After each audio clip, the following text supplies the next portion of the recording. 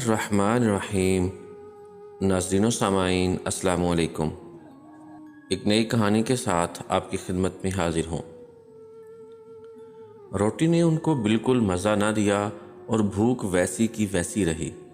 مجبوراً اٹھنا پڑا، مختلف گلیوں میں گھومے اور گاؤں کے باہر کا بھی چکر لگایا کہ شاید کوئی کتا یا بلی مل جائے، مگر نہ ملا۔ وہ قبرستان میں آئے جو عام طور پر کتوں کا مسکن ہوتا ہے، مگر سارے قبرستان کا چپا چپا چھان مارا، کچھ نہ ملا۔ بھوک نے پھر ان کا برا حال کر دیا، چلنا بھی دوبر ہو گیا تو اسے عمران کی قبر پر آ بیٹھے۔ جوں جوں ٹائم گزر رہا تھا، بھوک کی شدت میں اضافہ ہوتا گیا۔ کھانے کو کچھ بھی نہ تھا کہ وہ کھاتے، اتنی سکت بھی نہ تھی کہ گھر چلے جاتے یا مزید گشت کرتے۔ سوچ سوچ کر پاگل ہونے لگے کہ کھانا کہاں سے ڈھونڈا جائے، مگر عقل میں کچھ نہ آیا۔ مجبوراً ہاتھوں کو کاٹنے لگے۔ ارشد نے اپنے بازو پر کاٹا تو دانت جلد کو چیرتے ہوئے اندر گھس گئے اور خون ان کے منہ پر لگا تو ذائقہ اچھا لگا۔ اس نے نکلنے والا سارا خون چوس دیا اور زبان بازو پر پھیری۔ دماغ نے کچھ کام کیا تو اس کے عقل میں ایک بھیانک منصوبہ آیا۔ اس نے ہاتھوں سے عمران کی قبر کھودنی شروع کر دی۔ بھوک سے ہلنا بھی مشکل تھا، مگر جو ترکیب اس کے دماغ میں اپنا خون اور گوشت چاٹ کر آئی تھی، اس پر عمل کرنا ضروری تھا۔ منیر نے بھی اپنے بھائی کی مدد کی۔ وہ کچھ نہ سمجھا کہ وہ کیوں قبر کھود رہا ہے، بس وہ اس کا ہاتھ بٹاتا رہا۔ ساری قبر کھود کر انہوں نے لاش کو باہر نکالا اور سائیڈ پر رکھ کر قبر بند کر دی۔ اس کام میں ان کو کافی ٹائم لگا اور حلق سوکھ کر کانٹا بن گیا، پیٹ سکڑ گیا، ہلنے کی سکت بھی نہ رہی۔ مجبوراً جیسے تیسے قبر بند کی اور مردہ عمران کو گھر لائے، اسے کاٹا، گوشت کی بوٹیاں بنائیں اور بھونا، اور 4 دن میں مردے کا سارا گوشت کھا گئے۔ یوں ان کو کھانے کا نیا ذریعہ مل گیا۔ رات کا مہیب سناٹا چاروں طرف اپنے پر پھیلا چکا تھا، ہر سو موت کی سی ویرانی چھائی ہوئی تھی۔ انسان کیا، سبھی چرند اور پرند اپنے اپنے گھروں میں خواب گرگوش کے مزے لے رہے تھے۔ ماحول میں وحشتناک چپ سی طاری تھی، مگر کبھی کبھار جھینگروں اور دیگر حشرات کی آوازیں ماحول میں سنسنی سی پیدا کرنے کے لیے ناکام کوشش کرتی، مگر خاموشی کا جادو تھوڑی دیر بعد پھر حاوی ہو جاتا تھا۔ اس دن چاند بھی نہیں نکلا تھا، چاند کی آخری راتیں تھیں۔ سردی سے سب ٹھٹھر رہے تھے۔ اپنے اپنے گھروں میں اپنے بچوں کو سینے سے لگائے ہوئے تمام جاندار آرام کر رہے تھے۔ ایسے میں اچانک قبرستان کی 10 فٹ اونچی دیوار سے ایک نقاب پوش نے بھی دیوار سے قبرستان کی 4 دیواری کے اندر چھلانگ لگائی۔ اس بار آواز کچھ زیادہ نکلی تو قبرستان کے حشرات نے اس آواز کو سنا اور چیخ چیخ کر چھائی خاموشی کو توڑ ڈالا۔ جھینگروں کی بھیانک آواز قبرستان سے گونجنے لگی۔ دونوں نقاب پوشوں نے احتیاطاً ادھر ادھر دیکھا، جیسے یقین کر رہے ہوں کہ ان کو کسی نے دیکھا تو نہیں۔ تھوڑی دیر تک اطمینان کر لینے کے بعد انہوں نے دیوار پر ہاتھ مارا تو ان کے ہاتھ میں ایک کدال آ گئی، جو انہوں نے شاید نقب لگاتے وقت دیوار پر رکھی تھی۔ کدال اٹھانے کے بعد ایک نقاب پوش تیزی سے قبروں کو پھیلانے لگا اور ایک سمت میں چلتا گیا۔ دوسرے نقاب پوش نے اس کی تلقید میں قدم اٹھایا۔ اگلا نقاب پوش نہایت ہی تیزی سے کدال ہاتھ میں لے کر اس کی مدد سے قبروں کے ارد گرد موجود کیکر کے کانٹے دار شاخوں سے خود کو بچاتا ہوا ایک سمت رواں دواں تھا۔ پچھلا بھی اس کی تقلید میں تیزی سے قدم اٹھاتا ہوا اور خود کو کانٹوں سے بچاتا ہوا اس کے ساتھ ساتھ چلنے کی کوشش میں تھا، مگر اگلے کی رفتار کافی زیادہ تھی اور اس کے ساتھ ساتھ ہونے سے وہ تقریباً دوڑ ہی رہا تھا۔ چلتے چلتے وہ ایک تازہ سی قبر کے پاس آ کھڑے ہوئے۔ پچھلا نقاب پوش گرتا پڑتا اس جگہ آ کر ٹھہر گیا۔ سخت سردی کے باوجود اسے پسینہ آ گیا تھا، جسے اس نے اپنے نقاب کو اتار کر پہن لیا، صاف کیا اور ایک ٹھنڈا سانس لیا۔ یہی قبر ہے نا اس کی جسے آج دفنایا گیا ہے؟ پہلے والے نے پوچھا۔ ہاں یہی ہے، دوسرے نے جواب دیا۔ اچھی طرح تسلی کر لی نا تم نے؟ ہاں، میں خود صبح آیا تھا جنازے کے ساتھ اور قبر مکمل ہوتے وقت تک ادھر ہی تھا۔ مجھے یقین ہے کہ یہی قبر ہے۔ نشانیاں جو میں نے ذہن میں رکھی تھیں وہ بھی اسی قبر کی طرف ہی اشارہ کرتی ہیں۔ اس نے ادھر ادھر دیکھتے ہوئے کہا، اب کھود بھی صحیح، بھوک سے برا حال ہے، صبح سے انتظار کر رہے ہیں، مزید انتظار مت کرواؤ۔ کھودو شاباش، دوسرے نے نشاندہی کرتے ہوئے اور اکتائے ہوئے لہجے میں کہا۔ ٹھیک ہے میں کھولتا ہوں، تم ادھر ادھر کا چکر لگاتے رہنا، ایسا نہ ہو کہ ہم بے خبر رہیں اور کوئی ہم کو دبوچ لے۔ جب میں تھک جاؤں گا تو میں تم کو ہلکی سی سیٹی سے اشارہ دوں گا، پھر تم کھودنا۔ ساتھ مل کر کام کریں گے، اکیلا میں نہیں کھود پاؤں گا۔ ٹھیک ہے وقت ضائع مت کرو، دوسرے نے تیزی سے کہا اور وہ ایک طرف چلنے لگا۔ وہ پہلے والے کو پروٹیکشن دینا چاہتا تھا تاکہ ان کا یہ کام راز میں رہے اور وہ اطمینان سے اپنا کام کر سکیں۔ پہلے والے نے اپنا نقاب اتارا اور کدال کا ایک بھرپور وار اس تازہ قبر پر کیا اور مٹی قبر سے ہٹانے لگا۔ نہ جانے کون سا اسرار تھا جس کے لیے وہ اس ہولناک اور وحشت ناک قبرستان میں آ کر ایک تازہ قبر کو کھود رہے تھے۔ کدال کی بھرپور ضرب قبر میں موجود مردے اور اس شخص کے درمیان پھیلی ہوئی مٹی کو بتدریج کم کر رہی تھی۔ وہ بڑی تیزی سے ہاتھوں اور بازوؤں کا استعمال کر رہا تھا، اس کے پسینے چھوٹ رہے تھے، سخت سردی میں اسے گرمی لگ رہی تھی۔ وہ نہایت ہی اطمینان سے اور تیزی سے قبر کھود رہا تھا۔ وہ جب تھک جاتا تو 2 منٹ تک ذرا ٹھہر جاتا، پھر دوبارہ سے اپنے کام میں مگن ہو جاتا۔ جب وہ قبر کو آدھے سے زیادہ کھود چکا تو اس کی ہمت جواب دے گئی۔ وہ کافی تھک گیا تھا۔ اس نے ہلکی سی آواز میں سیٹی نکالی، یعنی سیٹی بجائی، اور کدال ہاتھ میں پکڑے قبر سے باہر آ گیا۔ نقاب پوش نے دوسرے کو کاشن دیا تھا، اس لیے اب وہ اس کی کھدائی کرنے والا تھا۔ پہلا اسے پروٹیکشن دینے والا تھا۔ سیٹی کی آواز سن کر وہ تیزی سے پہلے والے کی جانب آیا اور اس سے کدال لے کر وہ تیزی سے بقیہ کام کو پورا کرنے لگا۔ پہلے والا ایک جگہ ہو کر بیٹھ گیا اور اپنا سانس درست کرنے لگا۔ ساتھ میں وہ احتیاط کے طور پر ایک طائرانہ سی نگاہ ارد گرد بھی ڈال لیتا تھا۔ سانس درست کرنے کے بعد وہ تیزی سے اٹھا، قبر کا معائنہ کیا۔ قبر تختوں تک پہنچ چکی تھی۔ وہ احتیاط اور آرام سے اور ہاتھوں کی مدد سے تختوں کی مٹی، دیہاتوں میں قبر میں تختوں کی بجائے پانی پینے والے گھڑے قبر میں تختے یا سل کی جگہ پر رکھے جاتے ہیں، اور اس قبر میں بھی گھڑے ہی تھے، یعنی گھڑوں کے ارد گرد سے مٹی صاف کر رہا تھا۔ یہ کام وہ خاصی تیزی سے کر رہا تھا۔ پھر اس نے ایک کدال کا ایک ہلکا سا وار گھڑے پر کیا۔ گھڑا آرام سے تھوڑی سی آواز پیدا کیے ٹوٹ گیا۔ اس نے نہایت ہی احتیاط سے گھڑے کی کرسیوں کو اٹھا کر ایک جگہ ڈال دیا اور بقایا گھڑے میت سے اتارنے لگا۔ اس کام میں اسے چند منٹ لگے۔ میت کے اوپر سے تمام رکاوٹیں ہٹانے کے بعد اس نے ہلکی سی سیٹی سے ساتھی کو بلایا۔ ان دونوں نے احتیاط سے مردے کو قبر سے نکال کر قبر کے سرہانے کی جانب ڈال دیا۔ خود باہر آئے اور پھر تیزی سے انہوں نے قبر کی مٹی برابر کر دی۔ یہ کام انہوں نے اس صفائی سے کیا کہ کوئی بھی ثابت نہ کر سکتا تھا کہ قبر دوبارہ کھودی گئی ہے یا کوشش کی گئی ہے۔ حتیٰ کہ مردوں کو کھانے والا بچھو بھی بیچارہ دھوکے میں پڑ جاتا اور اس کی بھی ساری محنت ضائع ہو جاتی۔ مردے کو انہوں نے تیزی سے اٹھایا اور دیوار کراس کرتے ہوئے نہایت تیزی سے مختلف گلیاں عبور کرتے ہوئے ایک کچے گھر میں داخل ہو گئے۔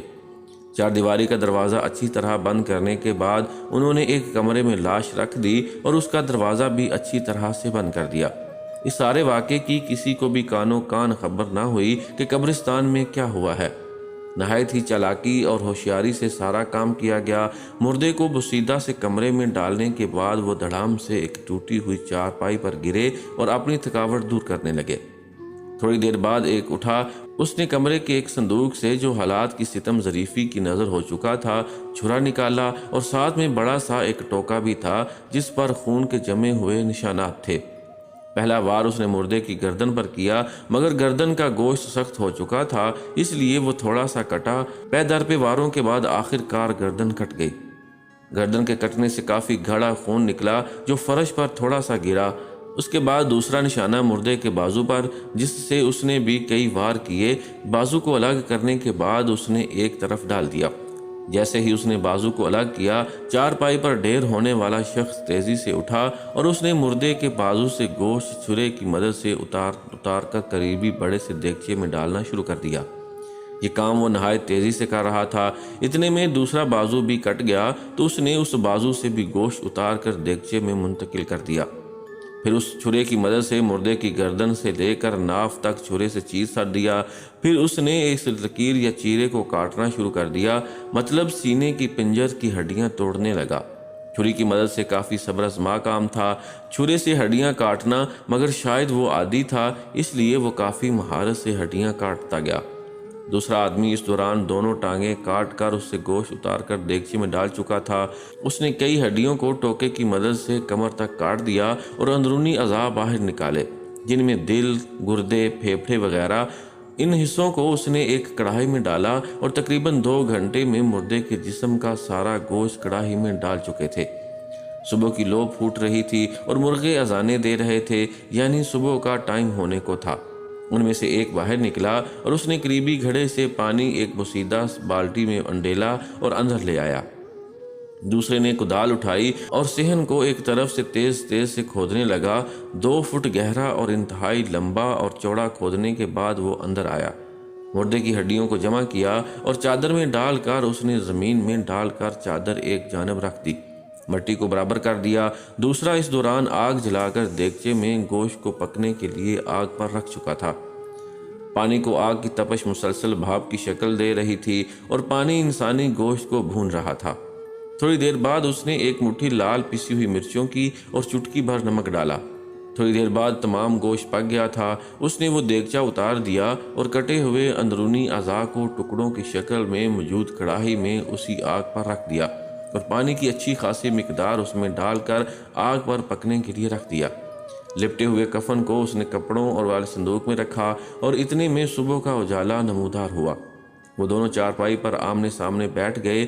دیگچے کو انہوں نے اپنے سامنے رکھا اور پھر ایک ایک بوٹی نکال کر کھانے لگے۔ اس دوران ان میں تھوڑی بہت بحث بھی ہوتی رہی۔ گفتگو کا موضوع یہی مردے اور ان کا گوشت تھا۔ وہ کھاتے رہے اور گوشت ان کے جسم میں منتقل ہوتا گیا۔ سارے دیگچے کو خالی کرنے کے بعد انہوں نے گندے کپڑے سے مٹی کا فرش صاف کیا، پھر پانی حلق میں انڈیلا اور سو گئے۔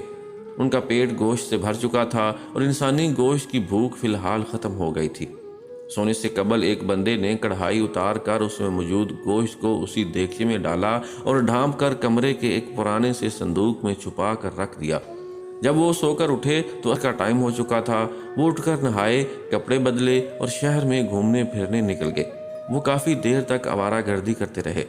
جب شام کا اندھیرا خاصا پھیل گیا تو واپس آئے اور اپنے بوڑھے اور جوان دوستوں کی بیٹھک میں گپ شپ کرنے چلے گئے۔ وہاں انہوں نے حقہ اور چائے پی اور رات گئے تک واپس آ گئے۔ ان کا اصل روپ ابھی تک کسی کو بھی پتہ نہ تھا، سب لوگ بس ظاہری روپ کو دیکھ رہے تھے۔ وہ دونوں بھائی تھے، دونوں جوانی کی حدود سے نکل کر اب بڑھاپے کی راہوں میں تھے۔ بڑا بھائی 43 سال کا تھا اور چھوٹا بھائی 41 سال کا تھا۔ بڑے کا نام ارشد تھا اور چھوٹے کا نام منیر تھا۔ ارشد کافی کمینہ اور چالاک انسان تھا۔ اس کا کام مرنے والوں کے جنازے میں ساتھ جانا تھا اور قبر کی نشاندہی کرنے اور مرنے والوں کے لواحقین سے مگر مچھ کے آنسو بہا کر تعزیت کرنا اور ان کی ہمدردی اور تھوڑے بہت پیسے اور مردے کے ساتھ آئے خوشبو کپڑے وغیرہ اور پیسے بھی حاصل کرنا تھا۔ نیچ اور گھٹیا ذہنیت والا ارشد لوگوں کو بہت جلد اپنے چکر میں پھانس لیتا تھا۔ منیر کا کام بازار سے امیر لوگوں سے ملاقات وغیرہ کرنا، محلے والوں کی خبر گیری اور دوستوں کو بیوقوف بنانا تھا۔ وہ دونوں کافی کمزور اور دبلے انسان تھے، مگر حرامی پن اور شیطانیت ان میں کوٹ کوٹ کر بھری ہوئی تھی۔ ان کی باتوں اور ان کے رویوں سے لگتا تھا کہ ان جیسا بے غیرت، بے حیا، کمینہ اور حرامی بندہ اس دنیا میں نہیں ہوگا۔ انسانوں کے بھیس میں چھپے ہوئے حرام کے پلے ہوئے درندے تھے، جن کا مقصد صرف اور صرف مردہ انسانوں کا گوشت کھانا اور معصوم لوگوں کو زبان سے لوٹنا اور انسانیت کو بدنام کرنا تھا۔ کوئی بھی مسلمان شخص مردوں کے ساتھ ایسا نہیں کرتا تھا، مگر وہ ذلیل کتے انسان یہ کام کر رہے تھے۔ میں ڈیوٹی پر تھا۔ میری ڈیوٹی اکثر رات 12 بجے سے لے کر صبح 6 بجے تک لگاتا ہوں، کیونکہ اس دوران میں نہ تو لوگوں کا رش ہوتا ہے اور نہ ہی کوئی ٹینشن۔ شام کو میرے دوست نے مجھے فون پر کہا کہ یہاں کسی دن آؤ، میں نے تم کو ایک بابا جی سے ملانا ہے جن کے پاس ایک بہت ہی حیران کن کہانی ہے۔ ہم نے وہ کہانی سنی ہے تو یہ بار بار انسان کو درندے بنتے ہوئے انہوں نے دیکھا ہے۔ دوست کی باتیں سن کر میں کافی حیران ہوا۔ میں نے سوچا کہ اس کے گھر جا کر اس بارے میں پوچھ گچھ کروں گا۔ کچھ دنوں میں گھر چھٹی پر گیا تو میں سیدھا دوست کے گھر چلا گیا تو ان سے تفصیلی بات کی۔ دوست نے کہا صبح میں تم کو بابا کے پاس لے چلوں گا، وہ تم کو وہ کہانی سنائیں گے جو ہم نے بھی سنی ہے۔ میں تجسس میں تھا کہ پوری رات میں سو نہ سکا، لہٰذا دوسرے دن میں بزرگ کے پاس چلا گیا اور ان کو سلام کرنے کے بعد میں نے ان سے کہا بابا جی، مجھے پتہ چلا ہے کہ آپ نے انسانوں کو درندہ بنتے ہوئے دیکھا ہے۔ میری بات سن کر انہوں نے کہا ہاں ایسا ہی ہے، اور پھر میرے کہنے پر انہوں نے کہانی سنائی کہ شام نگر میں ارشد اور منیر 2 بھائی رہتے تھے۔ ان کا والد کافی عرصہ پہلے فوت ہو گیا تھا۔ اس وقت وہ جوانی کی حدوں میں آ رہے تھے۔ ان کی ماں نے ان کو پالا، مختلف گھروں میں کام کاج کر کے، کسی سے مانگ کر، یا مطلب جیسے بھی اس نے ان کو نہ صرف پالا بلکہ ان دونوں کی شادیاں بھی کیں۔ ماں کو اپنے دونوں بیٹوں سے بہت محبت تھی اور وہ بھی اپنی ماں پر جان چھڑکتے تھے، مگر ان کی جو بیویاں آئیں تو انہوں نے ان کی ماں کو اپنی جوتی پر رکھا اور اس کا جینا حرام کر دیا۔ بوڑھی ماں اپنے بیٹوں کی خاطر یہ برداشت کر گئی اور کوئی شکایت نہ کی۔ دن کو دونوں بھائی قریبی جگہ کام کرتے اور شام کو تھکے ہارے واپس آتے۔ ایک بار ان کی بیویوں نے طیش میں آ کر اپنی ساس کو بہت مارا اور لہو لہان کر دیا۔ ماں نے اس کی شکایت اپنے بیٹوں سے کی اور اگلا پچھلا سارا حساب کتاب کھول کے دیا۔ بیٹوں نے یہ سن کر اپنی بیویوں کو بہت مارا اور گھر سے نکال دیا۔ ان کی بیویاں بھی شاید ہٹلر کے خاندان سے تھیں، فوراً گھر جا کر جھوٹ موٹ کا قصہ سنایا اور بھائیوں نے ان کے دونوں پر ہلہ بول دیا۔ ان کی وہ ٹھکائی کی بس پوچھیے مت۔ ماں اپنے لختے جگر کو چھڑانے آئی تو اس کی سمدھن نے اس کا وہ حال کیا اپنی بیٹیوں کے ساتھ کہ پوچھیے مت۔ بہرحال ان کا گھر خراب ہو گیا، مطلب یہ کہ ان کی بیویاں ہمیشہ کے لیے ان سے روٹھ کر میکے چلی گئیں۔ منانے کی لاکھ کوشش کی مگر بے سود۔ کچھ عرصہ تک کوشش جاری رہی مگر کچھ نہ ہوا۔ وہ نہ آئیں بلکہ جو بھی ان کو منانے آتا اس کی وہ حالت کرتی کہ پوچھیے مت۔ بہرحال کچھ عرصہ بعد ان کی ماں ان کو چھوڑ کر ہمیشہ کے لیے چلی گئی۔ عزیز و اقارب کی ان سے بنتی نہیں تھی، کسی نے کچھ ساتھ نہ دیا۔ روٹی ہوٹل پر کھاتے یا خود بناتے اور باقی کام بھی خود ہی کرتے۔ ایک بار منانے کے لیے بیگمات کے پاس گئے، واپسی پر گھر سے ایسے نکالے گئے کہ جیسے ہیروئن یا پاؤڈر کا عادی کپڑے پھاڑے عام طور پر دکھائی دیتا ہے، یعنی مارا الگ، اوپر سے جو کچھ پیسے تھے وہ بھی نکال لیے اور کپڑے بھی پھاڑ دیے۔ 90 کلومیٹر کا سفر پیدل چلنے کے بعد ان کو گھر آنا پڑا، کیونکہ جس سے بھی مدد لی اس نے نشئی سمجھ کر ان کو دھکے دیے۔ یوں ان کی زندگی کی گاڑی چلنے لگی، کام کاج کرنے لگے اور زندگی گزارنے لگے۔ ارشد ایک بار سخت بیمار ہوا، اس کے علاج پر کافی خرچہ کیا گیا، وہ ٹھیک تو ہو گیا مگر غربت نے ان کو گھیر لیا۔ جو کچھ بھی تھا وہ تو علاج پر لگ گیا تھا، کچھ پاس ہوتا تو کھاتے یا پہنتے۔ بہرحال اب گزارا مشکل ہونے لگا، نوبت مانگنے پر آ گئی۔ کچھ عرصہ تو محلے والے ان کو ایک آدھ روٹی اور سالن دیتے رہے، پیٹ بھر کر نہ ملنے سے وہ کمزور ہوتے چلے گئے۔ دہاڑی ان سے ہوتی نہیں تھی اور ادھار کوئی دیتا نہ تھا، پہلے والے پیسے بھی ان کو بخشوانے پڑ گئے تھے۔ یوں آہستہ آہستہ محلے والے اور عزیز و اقارب نے ان سے منہ موڑ لیا، جو ایک آدھ روٹی ملتی تھی وہ بھی بند ہو گئی۔ واقع ہونے لگے، گھر کا جو بھی سامان تھا وہ بیچ کر کچھ قرض اتارا گیا، اب کچھ بھی نہ تھا کہ وہ بیچ دیتے، کام ان سے نہیں ہوتا تھا۔ یوں 2 دن ان کو سوائے پانی کے کچھ بھی کھانے کو نہ ملا، بھوک سے برا حال تھا۔ ارشد بھوک مٹانے باہر گیا کہ شاید کوئی اللہ والا ان کو کھانے کے لیے دے دے، مگر کسی نے ایک پائی بھی نہ دی۔ بھوک نے سب سوچیں ختم کر ڈالی تھیں۔ اسے دن بھر مانگتے ہوئے گزر گیا مگر کچھ بھی نہ ملا۔ بازار میں کھانے کی چیزیں تو تھیں مگر جیب میں کچھ نہ تھا، کہاں سے خریدتے؟ مایوس واپس لوٹنا پڑا۔ راستے میں ایک جگہ کھانے پینے کی دکان دے کر ارشد سے رہا نہ گیا، وہ جلیبیوں پر ٹوٹ پڑا مگر دکان کے مالک نے ایک ٹکڑا بھی اس کے منہ میں نہ جانے دیا، الٹا اتنا مارا کہ وہ لہو لہان ہو گیا۔ گرتا پڑتا وہ واپس گھر آنے لگا تو راستے میں اسے ایک مرا ہوا کتا ملا جو شاید کسی ٹرک کے نیچے آ گیا تھا اور اس کا جسم 2 حصے ہو گیا تھا۔ اس کے اندر اعضاء دکھائی دے رہے تھے اور بدبو آ رہی تھی۔ کتے کے گوشت کو دیکھ کر اور بھوک کے مارے اس سے رہا نہ گیا۔ اس نے اسی مردہ کتے کو بغل میں اٹھا کر چھپایا اور گھر لایا، فوراً اسے کڑھائی میں ڈالا اور چولہے پر رکھ دیا۔ آگ جلائی اور پانی بھی کڑھائی میں ڈالا۔ منیر بھوک سے بے ہوش ہو چکا تھا اور کھانا مانگ رہا تھا۔ اس نے تیزی سے کتے کے گوشت کا ادھنا ہوا ٹکڑا اس کے منہ میں ڈالا اور وہ اسے آہستہ آہستہ چبانے لگا۔ گوشت کھانے سے اس کے اندر کچھ ہمت پیدا ہوئی اور وہ اٹھ بیٹھا اور بھائی سے مزید گوشت مانگا۔ بھائی نے اسے تھوڑا سا صبر کرنے کو کہا مگر وہ نہ مانا، اور وہ مانتا بھی کیسے؟ 3 دن سے جو وہ بھوکا تھا، بھوک اس سے برداشت نہیں ہو رہی تھی۔ وہ تیزی سے اٹھا اور کڑھائی کو اتار لیا اور اس میں موجود کتے کے گوشت کو ہاتھ کی مدد سے کھانے لگا۔ گود بہت گرم تھا، اس نے اس کے ہاتھ جلائے، منہ بھی جلایا، مگر وہ پاگلوں کی طرح کھانے لگا۔ وہ حرام جانور کے حرام گوشت کو ایسے کھا رہا تھا جیسے وہ بکرے کا گوشت ہو۔ ارشد نے بھی اسی کتے کے گوشت کو جی بھر کر کھایا۔ جب بھوک مٹ گئی تو تب عقل نے کہا، تم نے کیا کیا؟ ایک کتے کا گوشت کھا لیا۔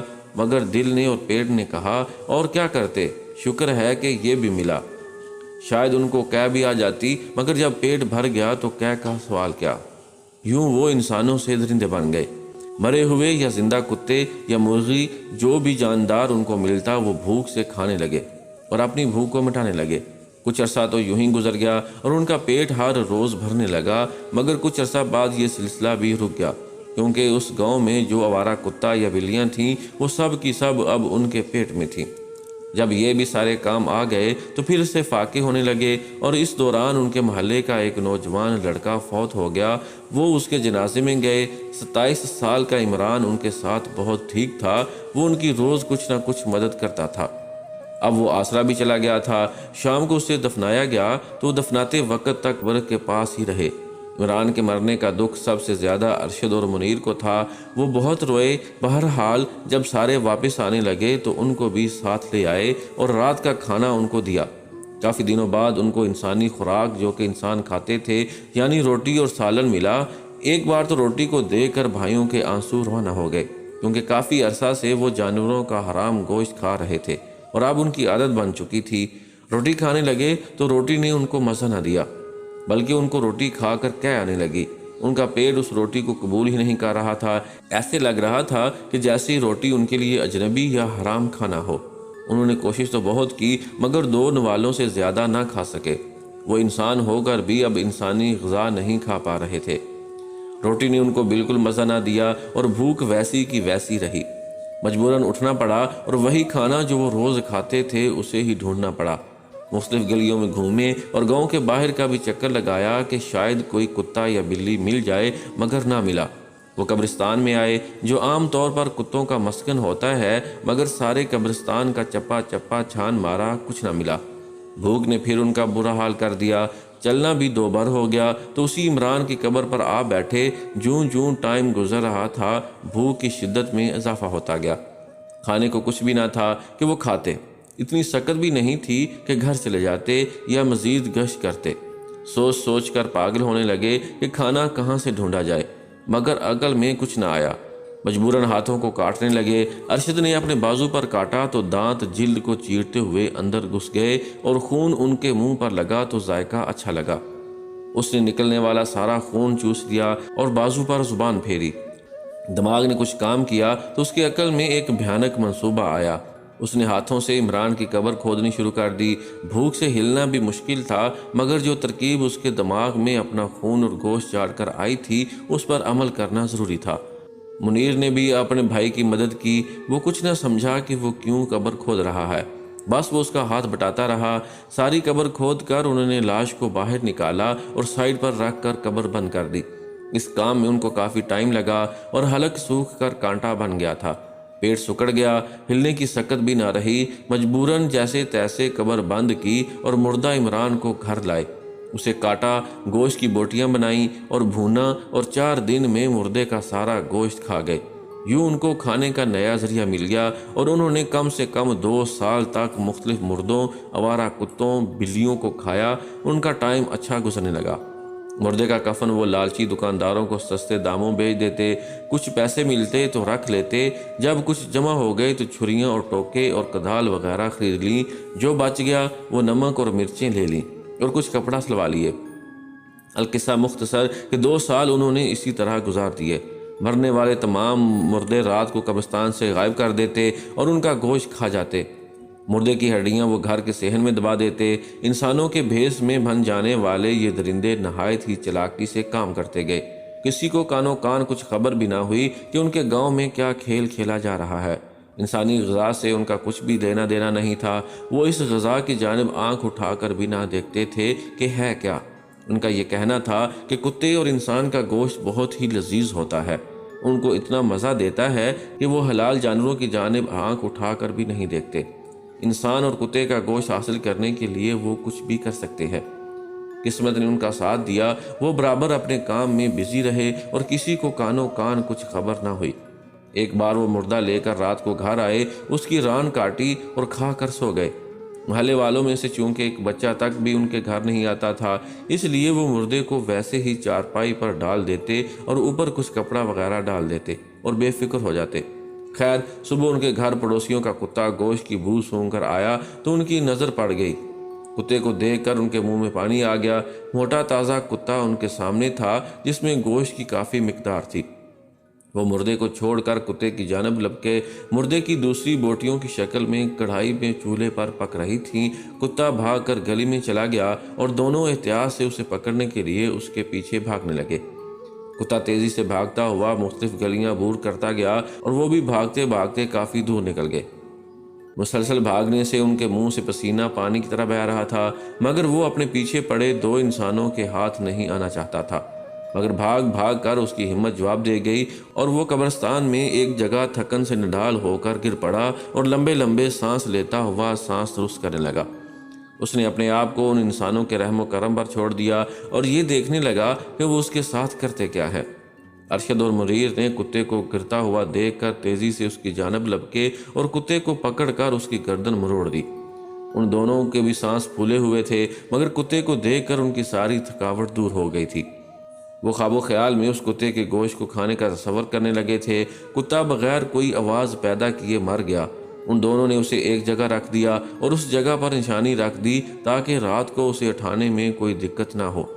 پڑوس کی کتے کی مالکن جس نے کتے کو ان کے گھر آتا ہوا دیکھا تھا، وہ کتے کو پکڑ کر گھر لاگنے کے لیے گھر گئی۔ کافی عرصہ بعد وہ اس گھر میں داخل ہوئی تھی تو اسے ایک عجیب سی وحشت ہوئی۔ ڈر سا اسے لگا۔ اسے ایسا لگا کہ جیسے اس گھر میں انسان نہیں بلکہ جن بھوت رہتے ہوں۔ مکڑیوں کی جگہ جگہ جالے، عجیب سی بدبو، اجڑا ہوا گھر، کوئی شے کدھر پڑی ہوئی تھی اور کوئی کدھر۔ صحن بھی جگہ جگہ سے کھدا ہوا تھا۔ کھدے ہوئے صحن والی جگہ پر مکھیاں بنبنا رہی تھیں جیسے کہ اس کے اندر کوئی مردہ جانور ہو، اور بدبو بھی وہیں سے اٹھ رہی تھی۔ اس نے ناک پر ہاتھ رکھ لیا۔ کوئی ہے؟ 35 سالہ عشرت نے یہ فکرہ 3 مرتبہ کہا، مگر اسے کوئی جواب نہ ملا۔ وہ اندر کمرے میں گئی تو کڑاہی میں گوشت پک رہا تھا اور وہاں بھی تیز بدبو پھیلی ہوئی تھی۔ اس کا وہاں مزید رکنا محال ہو گیا۔ وہ تیزی سے باہر کو مڑی۔ مڑتے وقت اچانک اس کی نظر بائیں طرف پر پڑی ہوئی چارپائی پر پڑی جس پر کوئی وجود لیٹا ہوا تھا اور اس کے اوپر سفید رنگ کی لہو بھری چادر پڑی تھی۔ یہ دیکھ کر وہ خوفزدہ ہو گئی اور تیزی سے بھاگ کر گھر گئی۔ گھر جا کر اس نے اپنے بھائی کو سارا واقعہ بتایا۔ نعمان تیزی سے اس گھر آیا اور اس نے کمرے میں پڑے وجود کو دیکھا تو اسے بھی خوف محسوس ہوا۔ اس نے عشرت کے ساتھ مل کر چادر ہٹائی اور جب اس کا چہرہ دیکھا تو ان کی سٹی گم ہو گئی۔ حیرتوں کا پہاڑ ان پر ٹوٹ پڑا۔ مارے حیرانگی سے وہ بت کے بت بنے کھڑے ہو گئے۔ سامنے والا وجود ان کے رشتہ دار ریحان کا تھا جو چند یوم قبل انتقال کر گیا تھا اور وہ اسے منو مٹی تلے دفنا کر آئے تھے۔ اس کا کل بھی ہو چکا تھا، مگر یہ یہاں کیسے آیا؟ عشرت نے پوری چادر ہٹائی تو ایک بار پھر ان پر خوف کا غلبہ چھا گیا۔ دہشت سے ان کے جسم کانپنے لگے اور لہو رگوں میں منجمد ہو گیا۔ اس کی دونوں ٹانگیں کٹی ہوئی تھیں۔ پاس ہی ایک بڑا سا ٹوٹکا پڑا تھا جو خون آلود تھا۔ اس کا مطلب تھا کہ مردہ ریحان کی دونوں ٹانگیں اسی تیز دھار والے ٹوکے سے کاٹی گئی تھیں، اور یقیناً کڑھائی میں پکنے والا گوشت بھی ریحان ہی کا تھا، اور باہر کھدے ہوئے صحن میں یقیناً اس کی ہڈیاں ہی ہوں گی۔ ساری کہانی ان کی سمجھ میں آ گئی۔ نعمان تو خیر خوف پر قابو رکھ گیا اور غصے کو بھی دبا لیا۔ عشرت نے ڈرتے ڈرتے سارا ماجرا کہہ سنایا، جس سے گاؤں والوں میں غم و غصے کی شدید لہر دوڑ گئی۔ ان کو یقین ہی نہ آیا کہ ایسا بھی ہو سکتا ہے، مگر اندر کی صورتحال نے ان کو یقین کرنے پر مجبور کر دیا۔ گھر میں سب کو بکھری ہوئی مردوں کی ہڈیاں، کھدی ہوئی جگہ اور ان کے جسموں کو کاٹنے والا سامان دیکھا تو تمام لوگوں میں خبر آگ کی طرح پھیل گئی۔ جو بھی یہ سنتا وہی بھاگا ہوا چلا آتا، اور پھر کسی نے پولیس کو بھی اطلاع دے کر دی، اور پھر پولیس آئی۔ لاش کو قبضے میں کر لیا گیا۔ سارے سامان کی تلاشی لی گئی۔ کافی سارے کفن اور چھریاں ٹوکے بھی برآمد ہوئے۔ کھدی ہوئی جگہ پر کھدائی کی گئی تو وہاں سے ہڈیاں نکلی، جن کا ٹیسٹ کرایا گیا تو پتہ چلا ان میں کچھ انسانوں کی تھیں اور کچھ کتوں کی۔ لوگوں نے ان دونوں کو تلاش شروع کر دی، اور قبرستان سے واپس آتے ہوئے ارشد اور منیر کو بھی گاؤں والوں نے چپکے سے پکڑ لیا۔ ریحان کے گھر والوں کا سب سے برا حال تھا، انہوں نے ان دونوں کو مار مار کر برا حال کر دیا۔ انہوں نے مار کھانے کے بعد تمام کہانی کہہ سنائی۔ تمام لوگ ان کی سنائی ہوئی کہانی سن کر توبہ توبہ کرنے لگے۔ یوں انسانوں کے درمیان رہتے ہوئے درندے بالآخر اپنے انجام کو پہنچ گئے۔